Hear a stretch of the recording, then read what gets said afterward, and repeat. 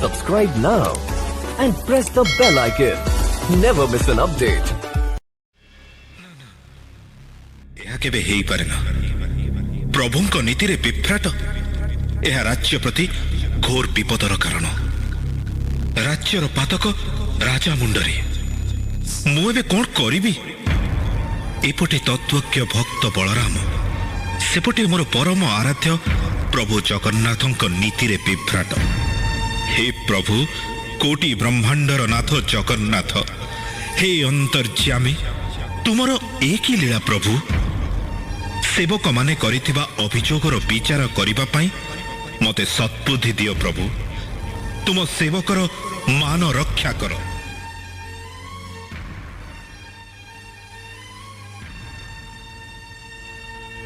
ଗଜପତିଙ୍କର ଜୟ ହେଉ।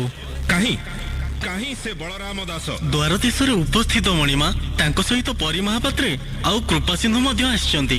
ଅବିଳମ୍ବେ ସେମାନଙ୍କୁ ମୋ ସମ୍ମୁଖରେ ଉପସ୍ଥିତ କରାଅ। ଯଥାଜ୍ଞ ମଣିମା।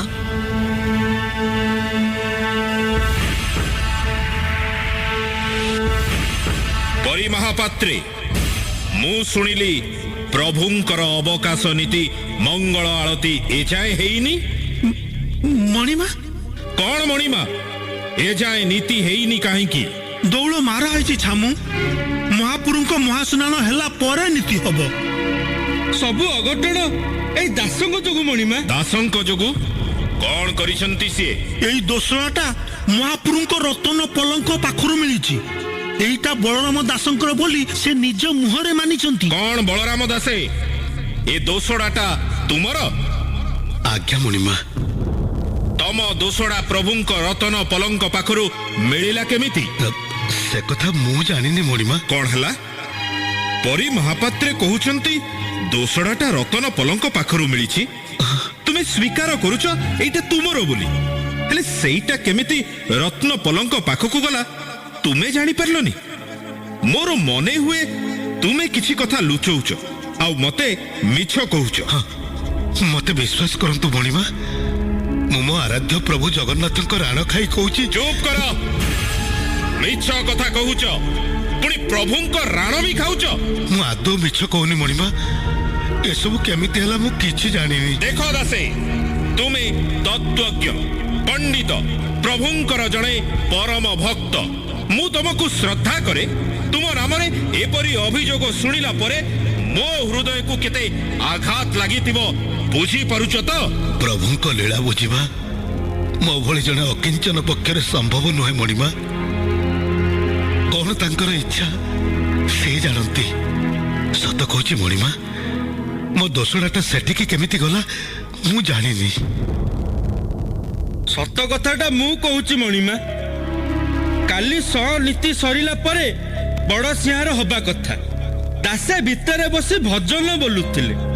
ଆମେ ଯେତେ କହିଲୁ ଦାସେ ଭଜନ ସେତିକି ଥାଉ, ତମେ ଇଲେ ସିଂହାରୀ ଆସିବେ, ବଡ଼ ସିଂହାର ହବ, ଦୌଳ ଶୋଧ ହବ, ପୁଣି ମହାପୁରୁଙ୍କ ଏକାନ୍ତ ପରବ ଅଛି। ହେଲେ ସିଏ କ'ଣ ଆମ କଥା ଶୁଣିଲେ? କି ଭଗତି ଉଛୁଳି ପଡ଼ିଲା କେଜାଣି। ଭଜନ ବୋଲୁଛନ୍ତି ତ ବୋଲୁଛନ୍ତି। ଆମେ ଟିକେ ବାହାରକୁ ଚାଲିଗଲୁ। ଆସି ଦେଖିଲା ବେଳକୁ ସିଂହାରିଆ ବଡ଼ ସିଂହାର କରୁଛନ୍ତି। ଦାସେ ସେଠି ନାହାନ୍ତି? ତାହେଲେ ଏ ଦୋଷଡ଼ା? ଦେଉଳ ଶୋଧ କରିବା ପୂର୍ବରୁ ତୁମେ ମାନେ ଭଲ କରି ଦେଖିଥିଲଟି? ହଁ ମଣିମା, ଭିତରେ କିଛି ନଥିଲା। ଦୌଳ ଶୋଧ ହେଲା, ମହାପୁରୁ ମହାଲକ୍ଷ୍ମୀ ରତନ ପଲଙ୍କରେ ବିଜେ ହେଲେ, ମୁଦୁଲିଏ ଦୁଆର ମୁଦ କଲେ, ଆମେ ଗଲୁ। ଆଶ୍ଚର୍ଯ୍ୟ। ତାପରେ ତାପରେ କ'ଣ ହେଲା? ଭୋରୁ ଭିତର ଅଛ ମହାପାତ୍ର ଆସି ଦୁଆର ଖୋଲିଲେ। ଆମେ ଭିତର ଶୋଧ କରିବାକୁ ଗଲୁ। ଦେଖିଲୁ ମହାପୁରୁଙ୍କ ସେଜ ଯେମିତି ପଡ଼ିଥିଲା ସେମିତି, ହେଲେ ରତନ ପଲଙ୍କ ପାଖରେ ଏଇ ଦୋଷଣାଟା ପଡ଼ିଥିଲା। ରାତିରେ ଭିତରେ କିଛି ନଥିଲା, ସକାଳୁ ଦୋଷଡ଼ା ମିଳିଲା। ଇଏ କେମିତି କଥା? ମଣିମା, ଏ ବଳରାମ ଦାସ କମ ଲୋକ ନୁହଁ। ଭିତରେ କୋଉଠି ନେସି ହେଇ ଲୁଚି ଯାଇଥିବ। ତରବର ହେଇ ପଳେଇଲା ବେଶିକି ଦୋଷଣାଟା ଖସି ପଡ଼ିଥିବ, ନବାକୁ ହେଜ ନାହିଁ। ମହାପାତ୍ରେ ପରା କହିଲେ ଦେଉଳ ଶୋଧ ହେଲା ବେଳକୁ କିଛି ନଥିଲା। ତାପରେ ଦ୍ୱାର ମୁଦ ହେଲା, ବଳରାମ ଦାସ ବାହାରିଲେ କେମିତି? ତୁମମାନଙ୍କ କଥା କାହା ସହିତ କାହାର ମେଳ ଖାଉନାହିଁ। हे प्रभु ए की लीला तुमर ମତେ କି ପରୀକ୍ଷାରେ ପକଉଛ ପ୍ରଭୁ? ଆଚ୍ଛା ବଳରାମ, ମଣିମା, ଏମାନେ ଯାହା କହିଲେ କଣ ସତ, ନା ତୁମ ସପକ୍ଷରେ ତୁମେ ଆଉ କିଛି ସଫେଇ ଦେବାକୁ ଚାହୁଁଛ? ଯଦି କିଛି କହିବାର ଅଛି ତେବେ ସବୁ ସତ କଥା କହିଦିଅ। ମଣିମା, ପରି ମହାପାତ୍ରେ ଆଉ କୃପା ସିନ୍ଧୁ ଯାହା କହିଗଲେ ସବୁ ଅକ୍ଷର ଅକ୍ଷର ସତ, ଟିକେ ହେଲେ ବି ମିଛ ନାହିଁ। ବଳରାମ, ହଁ ମଣିମା, ଜୀବନ ସାରା ଜଗନ୍ନାଥଙ୍କୁ ଡାକି ଡାକି ସର୍ବହରା ହେଲି, ହେଲେ ତାଙ୍କ ଦର୍ଶନ ମୋ ଭାଗ୍ୟରେ ନାହିଁ। ଶେଷ ଜୀବନରେ ଏ ଚମ ଆଖିରେ ପିତାମାତାଙ୍କର ଯୁଗଳ ମୂର୍ତ୍ତି ଦେଖିବା ପାଇଁ ସୁଯୋଗ ଉଣ୍ଡି ଦେଉଳ ଭିତରେ ଲୁଚି ବସିଥିଲି। ପ୍ରଭୁ ଜଗନ୍ନାଥ ଆଉ ମା ଲକ୍ଷ୍ମୀଙ୍କ ସ୍ୱରୂପ ଦର୍ଶନ କଲା ପରେ କଣ ହେଲା, ମୁଁ କେମିତି ବାହାରକୁ ଆସିଲି ସେ କଥା କହିପାରିବିନି। କାରଣ ମୁଁ ନିଦ୍ରିତ ଅବସ୍ଥାରେ ଥିଲି। ପ୍ରଭୁ ମାୟାଧର କି ମାୟା ରଚିଲେ ସେ ହିଁ ଏକା ଜାଣନ୍ତି, ସେ ଜାଣନ୍ତି। ଶୁଣିଲେ ତ ମଣିମା, ବଳରାମ ଦାସ କିପରି ସତ କଥା ନିଜ ମୁହଁରେ ମାନିଗଲେ।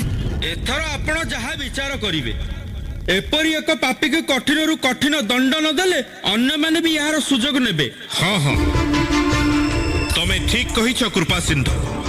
ବଳରାମ ଭଳି ପାପୀକୁ କଠିନ ଦଣ୍ଡ ଦିଆଯିବ। ଶୁଣ ବଳରାମ, ପ୍ରଭୁଙ୍କ ଏକାନ୍ତ ଦିନରେ ତୁମେ ଗମ୍ଭୀରା ଭିତରେ ଲୁଚି ରହି ଏକ ଅକ୍ଷମଣୀୟ ଅପରାଧ କରିଛ। ପ୍ରଭୁଙ୍କର ଯେଉଁ ନିତ୍ୟ ଲୀଳା ହର ବ୍ରହ୍ମାଦି ଦେବଗଣ ଦର୍ଶନ କରିବାକୁ ଅସମର୍ଥ, ତାହା ତୁମେ କପଟ କରି ଦର୍ଶନ କରିଛ। ଏ ତୁମର ଦ୍ୱିତୀୟ ଅପରାଧ। ଶ୍ରୀମନ୍ଦିରର ନୀତି ବିଭ୍ରାଟର କାରଣ ହେଉଛ ତୁମେ। ତେଣୁ ତୁମକୁ ଏମିତି ଦଣ୍ଡ ଦେବି ଯାହା ଦେଖି ସମସ୍ତେ ଚକିତ ହୋଇଯିବେ। ଶୁଣ ବଳରାମ, ଆଜିଠାରୁ ତୁମକୁ ଶ୍ରୀକ୍ଷେତ୍ର ବାସନ୍ଦ କରାଗଲା। ଯାଅ, ଏହି ମୁହୂର୍ତ୍ତରେ ଏ ଶଙ୍ଖ କ୍ଷେତ୍ର ଛାଡ଼ି ଚାଲିଯାଅ। ଏ ଶଙ୍ଖ କ୍ଷେତ୍ରର ଚୌହଦି ଭିତରେ ଯେପରି ତୁମକୁ ଆଉ ଦେଖିବାକୁ ନ ମିଳେ। ଯାଅ, ଏହା ଗଜପତି ପ୍ରତାପ ରୁଦ୍ରଦେବର ଆଦେଶ।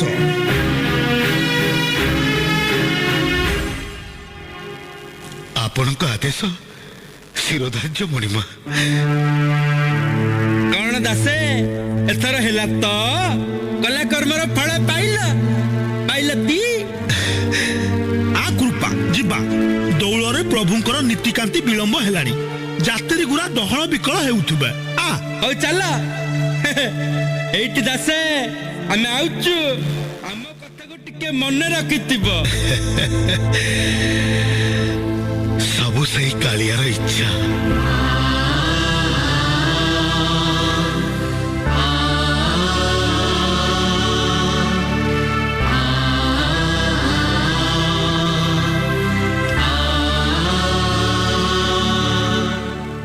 ବୁଝିଲ ପରିଆ ନା? ବେଇପ ବଳିଆ ଦାସ ପାନେ ପାଇଛି। ଯେତେ ବୁଝେଇ କହିଲି ଦାସେ, ଏ କୁକର୍ମ ଗୁରା କରନି, ସେ କଣ ମୋ କଥା ଶୁଣିଲା? ଏଇଠି ପରିଆ ନା, ଲକ୍ଷ ରାଜାର ମୌଡମଣି ପରା। ତାଙ୍କ ବିଚାର କଣ ଏପଟ ସେପଟ ଅଛି?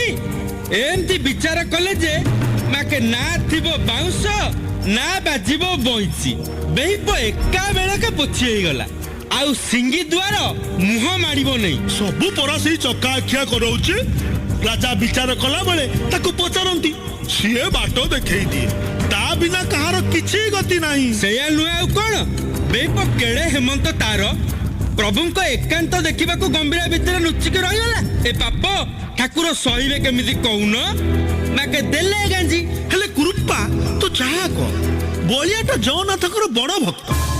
ନହେଲେ ଯଉମୁ ତ ଯେମିତି ଥିଲା ସେମିତି ଅଛି, ସେ ବାହାରକୁ ଅଇଲା କେମିତି? ହଁ ହେ ପରିଆନା, କଥାଟା ଆଚମ୍ବିତ ଲାଗୁଛି। ସବୁ ତାର ଇଚ୍ଛା।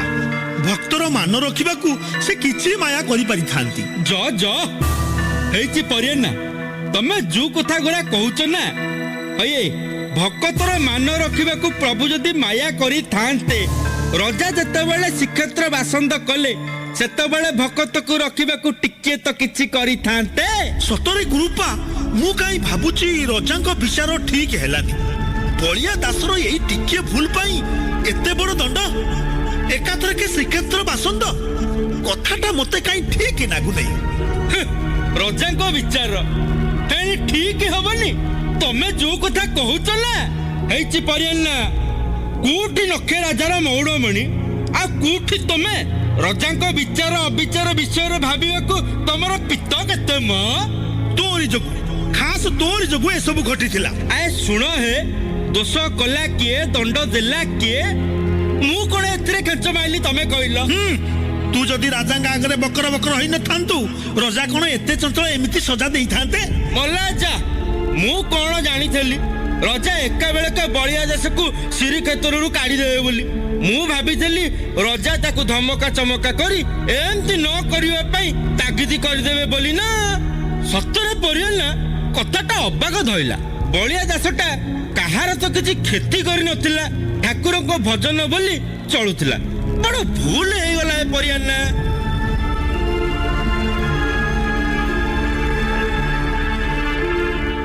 ହଇ ହେ ପରିଆନା, କୁରୁପାନା, ବାବାଙ୍କୁ ଦେଖିଛ କି? ମୁଁ ଚାରିଆଡେ ବୁଲି ବୁଲି ଥକି ଗଲିଣି, କୋଉଠି ହେଲେ ପାଉନି। ଆଉ ତୁ ବଳିଆ ବାବାଙ୍କୁ ପାଇବୁନି ରେ କାଳିଆ। ବୁଲି ବୁଲି ତ ପାଦ ଦିଟା ଫୁଲିଯିବ ସିନା, ତ ବାବାଙ୍କୁ ତୁ ଆଉ ପାଇପାରିବୁନି। ତମେ ଏମିତି କଣ କହୁଛ ପରିଆନା? କଣ ହେଇଛି ବାବାଙ୍କର? କୁହ କୁହ ପରିଆନା, ଖୋଲିକି କୁହ, କଣ ହେଇଛି ତାଙ୍କର? ଏ କୁରୁପାନା, କୁହ କଣ ହେଇଛି? ରଜା ତାଙ୍କୁ ସଜା ଦେଇଛନ୍ତି, ସେ ଶ୍ରୀକ୍ଷେତ୍ର ଛାଡି ଚାଲିଯିବେ, ଆଉ ନେଉଟିକି ଆସିବେନି। ନା, ବଳିଆ ବାବା ଚାଲିଗଲେ ମୁଁ କଣ କରିବି? ଅନାଥ ପିଲାଟେ ମୁଁ, ତାଙ୍କୁ ଆଶ୍ରା କରି ଚଳୁଥିଲି। ତାଙ୍କ ମୁହଁରୁ ପ୍ରଭୁଙ୍କ ଭଜନ ଶୁଣି ତାଙ୍କ ସେବା କରି ମୁଁ ସବୁ ଦୁଃଖ ଭୁଲି ଯାଉଥିଲି। ତୁ କାନ୍ଦିଲେ କଣ ହବ କାଳିଆ? ରଜାଙ୍କ ଆଦେଶ ତ ସେ ଆଉ ଫେରେଇ ନେବେନି, ସବୁ ସେଇ ଠାକୁରଙ୍କ ଇଚ୍ଛା। ବଳିଆ ବାବାଙ୍କୁ ଖୋଜୁଥିଲୁ ପରା, ହେଇଛି ତୋ ମନ କଥା ଜାଣି ତୋ ବଳିଆ ବାବା ଇଆଡିକି ଆଉଛନ୍ତି।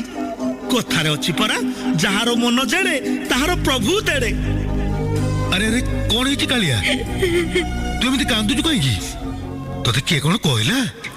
ମତେ କାହିଁ କିଏ କହିବ ମ? ତମେ କୁଆଡେ ଯାଇଥିଲ ବଳିଆ ବାବା? ତମକୁ କେତେ ମୁଁ ଖୋଜିଲିଣି। ଯିବି କୁଆଡେ?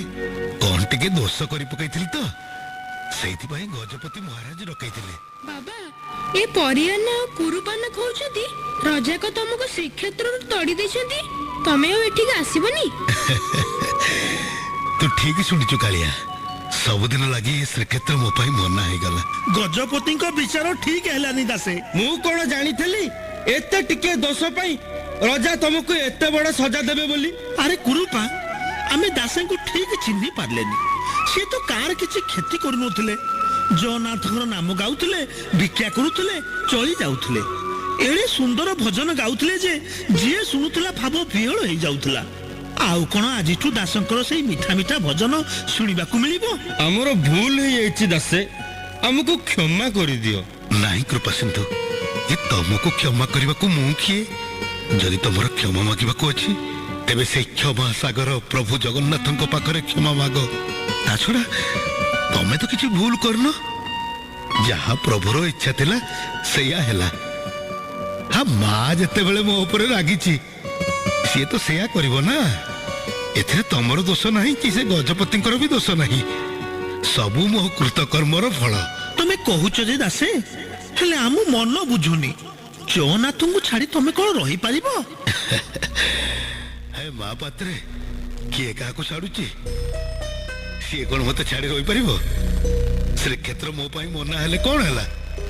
ସିଏ ପରା ମୋ ହୃଦୟ ଭିତରେ ସବୁବେଳେ ଅଛି, ଆଉ ତାକୁ କିଏ ମୋଠୁ ଛଡେଇ ନେଇ ପାରିବ? ମୁଁ ଯୋଉଠି ସିଏ ସେଇଠି।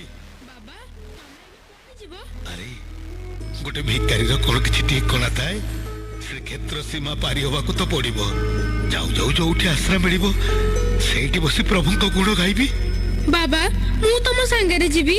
ତମେ ଯେଉଁଠି ରହିବ ମୁଁ ସେଇଠି ରହିବି, ତମ ସେବା କରିବି।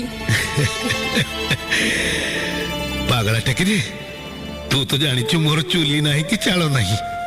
ଯୋଉଠି ପାରିଲି ସେଇଠି ଶୋଇଗଲି, ମିଳିଲେ ମୁଠେ ଖାଇଲି, ନ ମିଳିଲେ ପ୍ରଭୁଙ୍କ ନାମ ରସ ଟିକେ ପିଇ ଦିନ କାଟିଦେଲି। ତୁ କାହିଁକି ମୋ ସାଙ୍ଗରେ ଯାଇ ହନ୍ତସନ୍ତ ହବୁ କହିଲୁ? ତୁ ଏଇଠି ପ୍ରଭୁଙ୍କ ପାଖରେ ଥା, ପରି ମହାପାତ୍ରେ ଆଉ କୃପା ସିନ୍ଧୁ ତୋ କଥା ବୁଝିବେନି। ପ୍ରଭୁଙ୍କୁ ଦର୍ଶନ କରି ମହାପ୍ରସାଦ କଣିକାଏ ତ ପାଇପାରିବୁ। ହଁ ଦାସେ, ତମେ ଠିକ କଥା କହିଛ। ଏଡେ ବକଟେ ପିଲା ଏଇଠି କଣ ତା ପେଟ ଚାଖଣ୍ଡକ ଅପସା ରହିବ? ମୁଁ କଣ ଆଉ ତମ ଗୀତ ଶୁଣିପାରିବି? ଯିବା ଆଗରୁ ଆମକୁ ଗୋଟେ ଭଜନ ଶୁଣାନ୍ତନି? ହଁ ରେ କାଳିଆ, ମୁଁ ତ ସେଇ କଥା ଭାବୁଥିଲି। ଆଉ ତ ଜଗନ୍ନାଥଙ୍କୁ ଭଜନ ଶୁଣେଇ ପାରିବିନି। ଏଇଠି ବସ ବସ ବସ, ମୁଁ ମୋର ଶେଷ ଭଜନ ପ୍ରଭୁଙ୍କ ଉଦ୍ଦେଶ୍ୟରେ ଗାଇ ଶ୍ରୀକ୍ଷେତ୍ରରୁ ବିଦାୟ ନେବି। ହେ ନାଥ ଜଗନ୍ନାଥ, ଏଇ ମୋର ଶେଷ ଗୀତ। ଆଉ ଥରେ ତ ଦୁଆରେ ପାତିବିନି ହାତ, ଆଉ ଥରେ ତ ଦୁଆରେ ପାତିବିନି ହାତ। କଲି ଯେବେ ଦୋଷ ମାତା ହେଲା ରୋଷ, ପିତା ହୋଇ ବୁଝିଲୁନି କିଛି, ହୃଦୟ ବେଦନା ବୁଝିବାକୁ ସିନା ତୁ ବିନା ଆଉ କିଏ ଅଛି, ତୁ ବିନା ଆଉ କିଏ ଅଛି। ସବୁ ଜାଣି ଯେବେ କରିଲୁ ଅନ୍ତର, ଫେରିବନି ଆଉ ତୋ ଭକତ। ଏଇ ମୋର ଶେଷ ଗୀତ, ଏଇ ମୋର ଶେଷ ଗୀତ, ଏଇ ମୋର ଶେଷ ଗୀତ।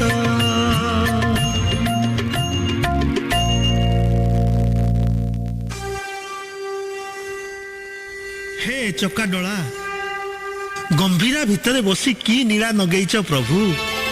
କାହାକୁ କେତେବେଳେ କୁଆଡେ ଠେଲି ଦଉଛ, କାହାକୁ କେତେବେଳେ ପଡ଼ିବା ଥାନରୁ ଉଠେଇ ନଉଛ, ଏ କଥା ତୁମେ ହିଁ ଜାଣ ପ୍ରଭୁ। ତମ ମାୟା ବୁଝିବାକୁ କାହାର ବା ଶକ୍ତି ଅଛି? ବଳିଆ ଦାସ ପରି ଭକତକୁ ନିଜ ପାଖରୁ ଦୂରେଇ ଦେଇ ତମେ ଠିକ କଲନି ପ୍ରଭୁ। କି ଦୋଷ ସେ ତମର କରିଥିଲା ଯେ ତାକୁ ଏତେ ବଡ଼ ଦଣ୍ଡ ଦେଲ? ସବୁ ତୁମରି ଇଚ୍ଛା ପ୍ରଭୁ, ସବୁ ତୁମରି ଇଚ୍ଛା। ପରିଆନା, ଓ ପରିଆନା, ପରିଆନା, ଓ ପରିଆନା, ପରିଆନା। କଣ କିରେ, କାଇଁ ଏମିତି ହାଲା କରୁଛୁ? କଣ ହେଲା? କାଇଁ ହଲ୍ଲା କରୁଛି? ସିଆଡେ ଘର ବୁଡି ପାଣି ଆଣ୍ଠୁଆ ହେଲାଣି, ତମର କଣ ଟିକେ ହୁଲୁକମ୍ପ ଅଛି? ବଳିଆ ଦାସ ସିନା ତମକୁ ଅଡୁଆରେ ପକଉଥିଲା, ସିଏ ତ ଗଲା, ଏଥର ନିଆଲ ହେଇ ବସିବନି ତ ଆଉ କଣ କରିବ? ବୁଝିଲୁ କୁରୁପା, ତୋ ଦେହ ଛୁଞ୍ଚରେ ବଳିଆ ଦାସଟା ଗଲା ବେଳଠୁ ମନଟା କାହିଁକି ଭଲ ଲାଗୁନି। ତା ଗୁଣରୁ ସିନା ଆମେ ତା ଉପରେ ତୁମ୍ଭି ତୁଫାନ ଦେଖଉଥିଲେ, ହେଲେ କୁରୁପା ସେଇଟା ପାଖରେ ନିଶ୍ଚୟ କିଛି ଗୋଟେ ଶକ୍ତି ଥିଲା। ସେ କି କିମିଆ ଜାଣିଥିଲା ଯେ ଆଜି ତାକୁ ସମସ୍ତେ ଝୁରୁଛନ୍ତି। ଛାଡ ସେ କଥା, ଯାହା ହବାର ଥିଲା ହେଇଗଲା, ସେ କଥା ଭାବି ଆଉ ଲାଭ କଣ? ଏଥର ଟିକେ ଦୌଳ ଆଡିକି ନଜର ଦିଅ, ଆମଦାନୀ କମିଲାଣି। ଦୌଳ ଆଡିକି କଣ ନଜର ଦେବି? ତା ନୀତିକାନ୍ତି ତ ଠିକ ଭାବରେ ଚାଲିଛି। ଆଏ ଫେଣ ପରା ଗୋଟେ ଅଘଟଣ ଘଟିଲାଣି। ଅଘଟଣ? ଆରେ କଣ ହେଇଛି? ହବ ଆଉ କଣ, ଭୋଗ ବଢା ହେଇଛି। ରତନ ବେଦୀ ଉପରେ ପୂଜା କରିବାକୁ ପୂଜା ପଣ୍ଡା ତିନିଏ ବଇଛନ୍ତି, ହେଲେ ଭୋଗ କରିପାରୁନାହାନ୍ତି। ଭୋଗ କରିପାରୁନାହାନ୍ତି? କଣ ଏମିତି ପାଗଳଙ୍କ ପରି ପଖର ପଖର ହଉଛୁ? ପାଗଳ ମୁଁ ନୁହେଁ ପରିଆନା, କଥାଟା ଶୁଣିଲେ ତମ ମୁଣ୍ଡ ବି କାମ କରିବନି। ଆହା, ଆରେ ଅସଲ କଥାଟା ନ କହି ୟାଡୁ ସାଡୁ କଣ କହି ଚାଲୁଛୁ? ହେଇଛି ପରିଆନା, ବଡ ପଣ୍ଡାଙ୍କ ଚଳୁରେ ପ୍ରଭୁ ଦେଖା ଯାଉନାହାନ୍ତି ପରା, ଭୋଗ ହବ କେମିତି? କୁରୁପା, କଣ କହୁଛୁ ତୁ? ଆଉ ଗୋଟେ ବିଚିତ୍ର କଥା ଶୁଣିବ, ଚଳୁରେ ବ ଠାକୁରେ ଆଉ ମା ସୁଭଦ୍ରା ଦେଖା ଯାଉଛନ୍ତି, କିନ୍ତୁ ଜଗନ୍ନାଥ ଆସୁନାହାନ୍ତି। ଏମିତି ଘଟଣା କେବେ ଘଟି ନଥିଲା। ବଡ ପଣ୍ଡା ଯେତେ ଚେଷ୍ଟା କଲେଣି, ଯେତେ ମନ୍ତ୍ର ଜାଣିଥିଲେ ସବୁ ପଢି ସାରିଲେଣି, ହେଲେ କିଛି ହଉନି। କଣ ହବ ମୁଁ କିଛି ବୁଝିପାରୁନି ପରିଆନା। ଆରେ ସତେ ନା କଣ? ଏମିତି ଘଟଣା ତ କେବେ ଘଟି ନଥିଲା। ଆଉ କଣ ମୁଁ ମିଛ କହୁଛି? ଦୌଡ଼ ସାରା ହୁଲୁସ୍ତୁଲୁ ହେଇଗଲାଣି, ସମସ୍ତେ ମୁଣ୍ଡରେ ହାତ ଧୋଇ ବଇଛନ୍ତି। କୁରୁପା, ହଁ, ଗଜପତି ବଳିଆ ଦାସକୁ ଶ୍ରୀକ୍ଷେତ୍ର ବାସନ୍ଦ କରିବାରୁ ଏମିତି ହେଇନି ତ? ବୁଝିଲ ପରିଆନା, ତମେ ବଡ ଇହା ଲୋକ ହେ, ତମର କଣ ହେଇଛି କେଜାଣି?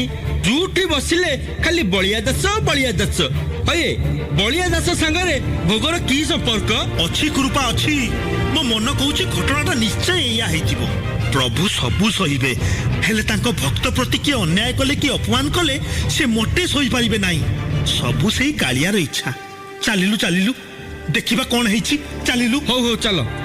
ଜଣା ଯାଉଛି ଆଜି ଭୋଗ ହେଇପାରିବନି, ଠାକୁର ଉପାସ ରହିବେ। ବୁଝିଲ ପରିଆ ନା, କଥାଟା ରଜାଙ୍କ କାନରେ ପକେଇ ଦେବା ଉଚିତ। ତେଣିକି ସେ ଯାହା କରିବେ। ହଉ ହଉ ହଉ ଚାଲ ଯିବା। ହଉ ଚାଲ ଯିବା ଯିବା ଚାଲ।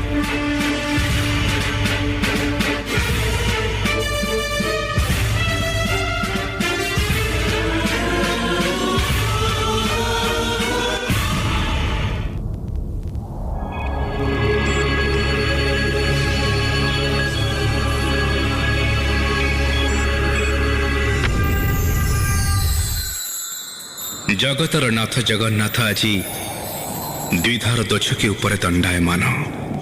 ଗୋଟିଏ ପାର୍ଶ୍ୱରେ ପ୍ରିୟତମ ପତ୍ନୀର କ୍ରୋଧ, ଅନ୍ୟ ପାର୍ଶ୍ୱରେ ଭକ୍ତର ବିକଳ। ମୁଁ କେଉଁ ପକ୍ଷ ନେବି ଜାଣିପାରୁନି। ସମସ୍ତେ ଆଜି ବ୍ୟସ୍ତ ବିବ୍ରତ, ଚଳୁରେ ମୋ ରୂପ କାହିଁକି ଦେଖାଯାଉନି ବୋଲି। ଏମାନେ ତ ସାଧାରଣ ମଣିଷ, ମୋ ଲୀଳା ବୁଝିବାର ଶକ୍ତି ଏମାନଙ୍କର କାହିଁ? ଭକ୍ତର ଆକୁଳ ପ୍ରାର୍ଥନାରେ ମୁଁ ଯେ ରତ୍ନ ସିଂହାସନ ଛାଡ଼ି ଚାଲି ଆସିଛି। ଯେଉଁଠି ମୋ ଭକ୍ତ ସେଇଠି ମୁଁ। ମୋର ପରମ ଭକ୍ତ ବଳରାମ ଯେ ଏପର୍ଯ୍ୟନ୍ତ ନିରନ୍ନ ରହିଛି, ମୁଁ ମଣ ହିଁ କରିବି କେମିତି? ପ୍ରଭୁ, ଆପଣ ରତ୍ନ ସିଂହାସନ ଛାଡ଼ି ଏଠି କେମିତି ଚିନ୍ତିତ ଥିଲା ପରି ଜଣା ପଡୁଛନ୍ତି। କ'ଣ ହେଇଛି ପ୍ରଭୁ? ନାଇଁ ଲକ୍ଷ୍ମୀ, ସେମିତି କିଛି ନାହିଁ। ହେଲେ ତୁମେ ଏଠି କାହିଁକି? ଶୁଣିଲି ଆପଣ ରତ୍ନ ସିଂହାସନରେ ନାହାନ୍ତି। ମନରେ ଗୋଟେ ଅହେତୁକ ଆଶଙ୍କା ଜାତ ହେଲା। ଘଟଣାର ସତ୍ୟାସତ୍ୟ ଜାଣିବା ପାଇଁ ଚାଲି ଆସିଲି। ତୁମର ଆଶଙ୍କା ଅହେତୁକ ନୁହେଁ ଲକ୍ଷ୍ମୀ। ତୁମେ ଜାଣିଛ ମୁଁ ଭକ୍ତର ଅଧୀନ। ଭଗତ ଜୀବ ମୋର ଜେଣେ, ମୁଁ ହିଁ ନିଶ୍ଚୟ ଯିବି ତେଣେ। ଭକ୍ତର ଭାବେ ବନ୍ଧା ଅଛି, ଆମ୍ଭେ ତା ନପାରୁ ମରୁଛି। ଭଗତ ମୋହର ଶରୀର, ମୁଁ ହିଁ ତାହାର ପ୍ରାଣେଶ୍ୱର। ଆପଣ ଏ କ'ଣ କହୁଛନ୍ତି ପ୍ରଭୁ? ଆପଣଙ୍କର ଭକ୍ତ ହିଁ ଆପଣଙ୍କର ସବୁ କିଛି, ଆଉ ଏ ଲକ୍ଷ୍ମୀ ଇଏ ଆପଣଙ୍କର କେହି ନୁହେଁ। କିଏ କହିଲା ତୁମେ କେହି ନୁହଁ ବୋଲି? ତୁମେ ଶକ୍ତିମୟୀ, ତୁମେ ମହାମାୟା। ତୁମ ବିନା ଜଗନ୍ନାଥର ସତ୍ତା ନଥାଏ। ଆଜି ବି ସେଦିନ କଥା ମନେ ପଡୁଛି କମଳା। ଭାଇଙ୍କ କଥାକୁ ସମ୍ମାନ ଦେବାକୁ ଯାଇ ତୁମକୁ ଶ୍ରୀମନ୍ଦିର ବାସନ୍ଦ କରିଥିଲି। ସେଥିପାଇଁ ଯେଉଁ ଦଣ୍ଡ ପାଇଛି, ଯେତିକି ହନ୍ତସନ୍ତ ହେଇଛି, ସେ କଥା କ'ଣ କେବେ ଭୁଲି ପାରିବି? ନା ଆଉ ସେମିତି ଭୁଲ କରି ବସିବି? ତା ପରଠାରୁ ତୁମକୁ ସ୍ୱାଧୀନ ଭାବରେ ସଂସାର ଭ୍ରମଣ କରିବାର ସୁଯୋଗ ଦିଆଯାଇଛି, ଆଉ ତୁମେ ତୁମ ଇଚ୍ଛାରେ ଭ୍ରମଣ କରୁଛ। ହେଲେ ପଦ୍ମା, ମୋର କ'ଣ ସ୍ୱାଧୀନତା ବୋଲି କିଛି ନାହିଁ? ମୁଁ କ'ଣ ନିଜ ଇଚ୍ଛାରେ କୁଆଡ଼େ ଟିକିଏ ବୁଲି ପାରିବିନି? ସବୁବେଳେ ହାତ ଗୋଡ଼ ଛନ୍ଦି ଗମ୍ଭୀରା ଭିତରେ ବସିଥିବି? ମୁଁ ସେ କଥା ଆପଣଙ୍କୁ କହିଲି କେତେବେଳେ? ଆପଣ ପରା ଇଚ୍ଛାମୟ। ଆପଣଙ୍କ ଇଚ୍ଛା ନହେଲେ ଗଛର ପତ୍ରଟିଏ ବି ହଲି ପାରିବନି। ଆପଣଙ୍କ ଭକ୍ତ ମୁହଁରୁ ପରା ଶୁଣିଛି, ଉନ୍ନନାଭିବତ ଖେଳୁ ଇଚ୍ଛା ଶକ୍ତି ବଳେ, ଉଦ୍ଭବ ହୋଇତୁ ବିଶ୍ୱପାଳୁ କାଳେ କାଳେ। ତୁମେ ଠିକ୍ ଶୁଣିଛ ଲକ୍ଷ୍ମୀ, ଠିକ୍ ବୁଝିପାରିଛ। ହେଲେ ତୁମେ ଗୋଟିଏ କଥା ଭୁଲି ଯାଇଛ। ଇଚ୍ଛାମୟଙ୍କର ଇଚ୍ଛାର ଅନ୍ତରାଳରେ ଗୋଟିଏ ଅଦୃଶ୍ୟ ଶକ୍ତି ବିଦ୍ୟମାନ ବୋଲି ସବୁକିଛି ସମ୍ଭବ ହେଇପାରୁଛି। ତୁମେ ଜାଣିଛ ସେ ଶକ୍ତି କିଏ? କିଏ? ତୁମ ବ୍ୟତୀତ ଆଉ କିଏ ହେଇପାରେ କୁହ ଲକ୍ଷ୍ମୀ? ସେଇଥିପାଇଁ ପରା ଲୋକେ ତୁମକୁ ଶ୍ରୀହରି ପ୍ରିୟା ବୋଲି କୁହନ୍ତି। ପ୍ରଭୁ, ଆପଣଙ୍କୁ ଯୁକ୍ତିରେ ବଳିଯିବା ସହଜ ନୁହେଁ। ହଉ, ଏବେ ଚାଲନ୍ତୁ ଶ୍ରୀମନ୍ଦିରକୁ ଫେରିଯିବା। ନାଇଁ ଲକ୍ଷ୍ମୀ, ବର୍ତ୍ତମାନ ତୁମେ ଯାଅ। ମତେ ଟିକିଏ ଏକାକୀ ରହିବାକୁ ଦିଅ। କ'ଣ ହେଇଛି ପ୍ରଭୁ ଆପଣଙ୍କର? କହିଲି ପରା, ମୋର କିଛି ହେଇନି। ହେଲେ ମତେ ଲାଗୁଛି ନିକଟ ଭବିଷ୍ୟତରେ ଗୋଟାଏ କିଛି ବିରାଟ ପରିବର୍ତ୍ତନ ଘଟିବ। ତା ପାଇଁ ଏବେଠାରୁ ସାବଧାନ ହେଇ ପ୍ରତିକାର ବିଧାନ ନ କଲେ ଭବିଷ୍ୟତକୁ ସମ୍ଭାଳିବାକୁ କାହାର ହାତ ନଥିବ। କ'ଣ କହୁଛନ୍ତି ପ୍ରଭୁ? କି ବିରାଟ ପରିବର୍ତ୍ତନ ଆପଣ ଅନୁମାନ କରୁଛନ୍ତି? କ'ଣ ହେଇଛି ମତେ କହିବେନି? କହିବି କମଳା, ସବୁ କହିବି। ତୁମେ ସାହାଯ୍ୟ ନ କଲେ ଏତେ ବଡ଼ ସମସ୍ୟାକୁ ମୁଁ ଏକା କ'ଣ ସମାଧାନ କରିପାରିବି? ତୁମେ ଅପେକ୍ଷା କର କମଳା, ସମୟକୁ ଅପେକ୍ଷା କର। ସମୟ ଆସିଲେ ସବୁ କିଛି ଜାଣିପାରିବ। ତୁମେ ଶ୍ରୀମନ୍ଦିରକୁ ଯାଅ, ମୁଁ ଆସୁଛି। ହଉ ପ୍ରଭୁ।